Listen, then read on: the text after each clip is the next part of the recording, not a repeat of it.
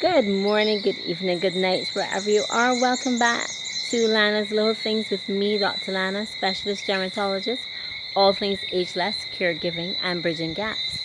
And we're in November, so the reason I'm wearing lilac, yes, it's lilac, I say it's lilac, let's call it lilac, is because National Family Caregivers Month is also in November.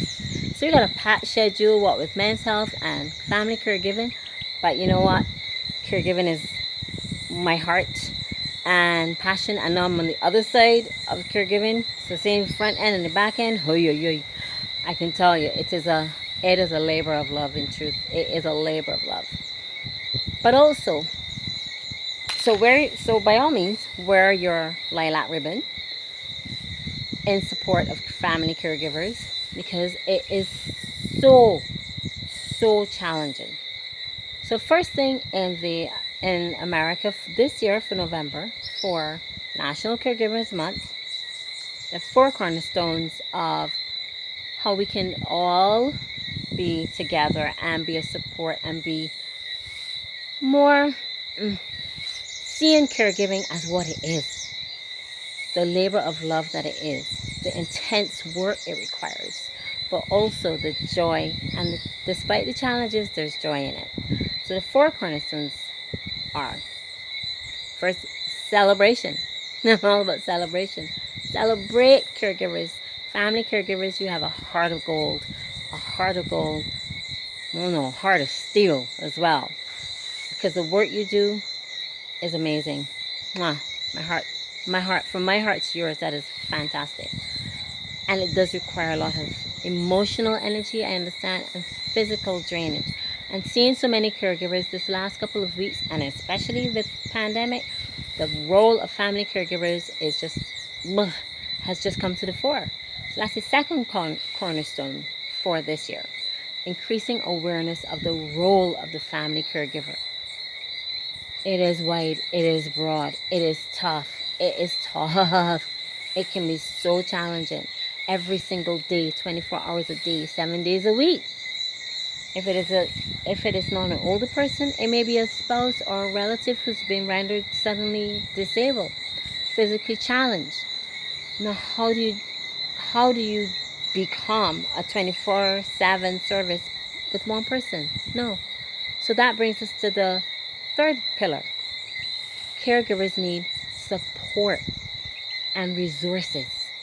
You can't do it by yourself. So even if you have to have additional care, respite care, maybe state assistance, having someone come in to just give you some sort of a break from the role. Not break from what your main role, but just a break because you're a human being.